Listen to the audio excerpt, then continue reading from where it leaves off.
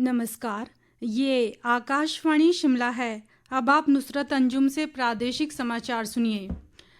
राष्ट्रपति द्रौपदी मुर्मू ने आज पूर्व उप प्रधानमंत्री और भारतीय जनता पार्टी के वरिष्ठ नेता लाल कृष्ण आडवाणी को देश के सर्वोच्च नागरिक सम्मान भारत रत्न से अलंकृत किया।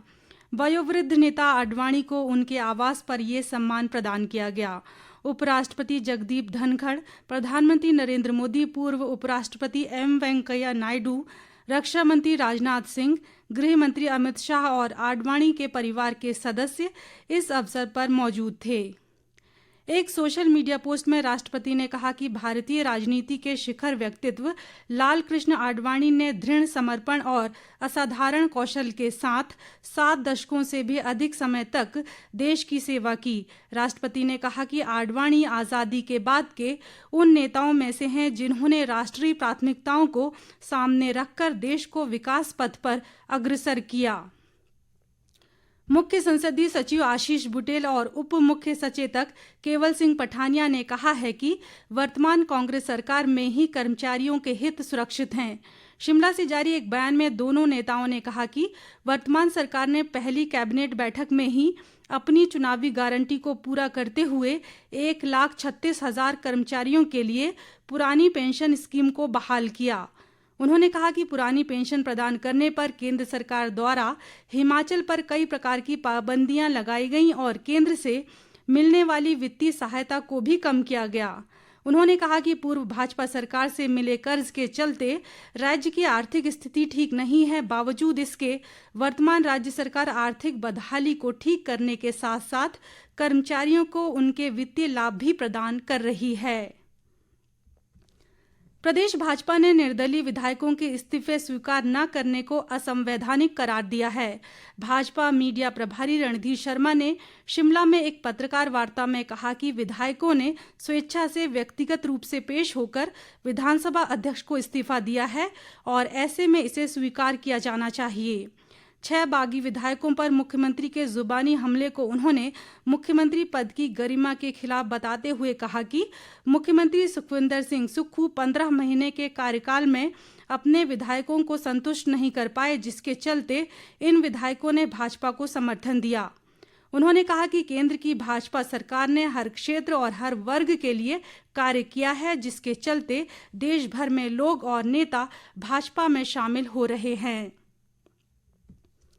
ईस्टर का पर्व आज हर्षोल्लास से मनाया जा रहा है। मान्यता है कि क्रूस पर चढ़ाए जाने के बाद प्रभु यीशु आज ही के दिन पुनर्जीवित हो गए थे। कल रात देश के विभिन्न गिरजाघरों में मध्य रात्रि ईस्टर प्रार्थना आयोजित की गईं। राष्ट्रपति द्रौपदी मुर्मू ने ईस्टर पर भारत और विदेश में रहने वाले नागरिकों, विशेषकर ईसाई समुदाय को बधाई दी है। अपने संदेश में उन्होंने कहा कि ये पर्व प्रेम और करुणा का प्रतीक है। प्रधानमंत्री नरेंद्र मोदी ने ईस्टर पर देशवासियों को शुभकामनाएं देते हुए मानव जाति के बीच एकता और शांति की कामना की।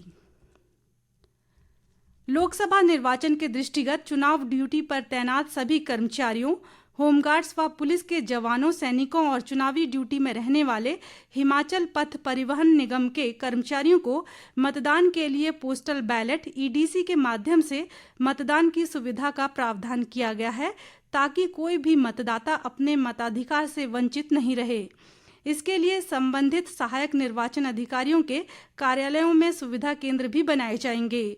कांगड़ा के जिला निर्वाचन अधिकारी व उपायुक्त हेमराज बैरवा ने ये जानकारी देते हुए बताया कि वोटर हेल्पलाइन ऐप के माध्यम से वोटर आईडी कार्ड से संबंधित आवश्यक जानकारियां हासिल की जा सकती हैं। उन्होंने कहा कि टोल फ्री नंबर 1950 पर भी मतदाता जानकारियां हासिल कर सकते हैं। उन्होंने कहा कि मतदान प्रतिशत बढ़ाने के लिए स्वीप कार्यक्रम के तहत विभिन्न स्तरों पर लोगों को मतदान के लिए जागरूक किया जा रहा है। दिव्यांगों को मतदान केंद्रों तक पहुंचाने के लिए चुनाव विभाग के निर्देशानुसार आवश्यक प्रबंध किए गए हैं। पश्चिमी विक्षोभ के चलते प्रदेश में बारिश और बर्फबारी का सिलसिला आज भी जारी रहा, जिससे तापमान में गिरावट दर्ज की गई है। राजधानी शिमला सहित प्रदेश के निचले इलाकों में आज रुक रुक कर वर्षा होती रही। लाहौल स्पीति जिला के केलंग में 6 इंच, जबकि कोकसर, सिस्सू और अटल टनल के नॉर्थ पोर्टल पर करीब 10 इंच तक ताज़ा बर्फबारी हुई है, जिससे मनाली केलंग सहित घाटी की अंदरूनी मार्ग वाहनों की आवाजाही के लिए बंद हैं। जिले के ऊंचाई वाले क्षेत्रों में 1.5 से 2 फुट तक हिमपात होने से घाटी में हिमखंड खिसकने का खतरा बना हुआ है। इस बीच मौसम विभाग ने आगामी 24 घंटों के दौरान मौसम विभाग के साफ बने रहने की संभावना जताई है। इसी के साथ प्रादेशिक समाचार का ये बुलेटिन समाप्त हुआ। नमस्कार।